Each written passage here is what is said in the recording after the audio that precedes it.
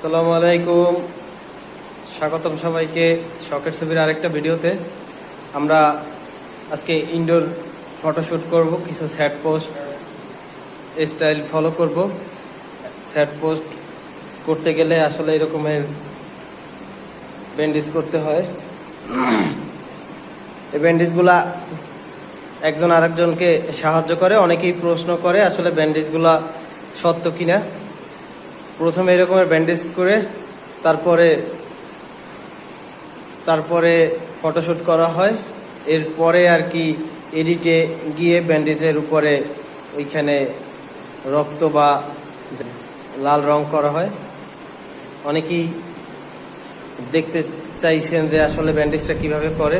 আপনাদের জন্য এই ছোট ভাইরা এখন ফটোশ্যুট করবে, সেই অবস্থায় আপনাদের একটা ভিডিও দেখানোর চেষ্টা করলাম।